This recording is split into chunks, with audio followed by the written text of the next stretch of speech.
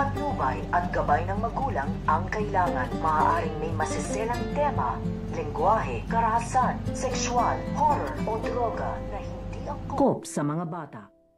Ang masamang binabalak nito nga ni Tara dito nga kay Darius, dahil makikita nga nito nga ni Tara ito nga si Darius na nasa parking lot nga ito, at habang kausap nga nito nga ni Darius ang kanyang asawa niya ito nga si Lucy, at naghahabilin nga ito na pauwi na nga daw siya, at nagluto nga dito ng masarap na pagkain ito nga si Lucy, pero hindi na nga makakauwi ito nga si Darius dahil babalakin na nga ditong kuhanin nito nga ni Tara ito nga si Darius. At laking gulat nga nito nga ni Darius nung makita nga dito ito nga si Tara ay nasa kanyang harapan na nga ito, dahil tumakas nga ito at hindi na nga ito naidala dito nga daw sa mental hospital. Kaya nung nakikipagtalo nga ito nga si Darius dito nga kay Tara, ay dito na nga itutusok dito nga ni Tara ito nga injection na kanyang kinuha dito nga sa mga caregiver upang makatulog nga dito o mawalan nga ng malay ito nga si Darius